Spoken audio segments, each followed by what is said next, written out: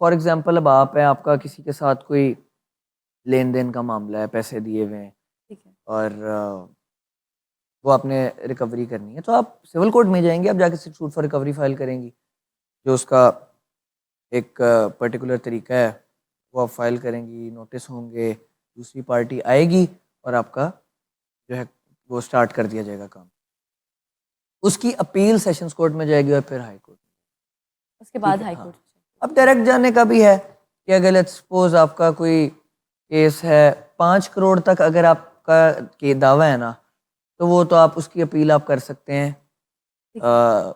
Specific performance की बात कर रहा हूँ मैं कि अगर 5 करोड़ तक का दावा है तो वो आप उसकी अपील आप सेशंस कोर्ट में फाइल करेंगे। बट अगर हमारा दावा है कोई मतलब लेट्स से 12 करोड़ 15 करोड़ का, ठीक है। तो वो फिर हम लोग जो है वो डायरेक्ट हाई कोर्ट में जा सकता है।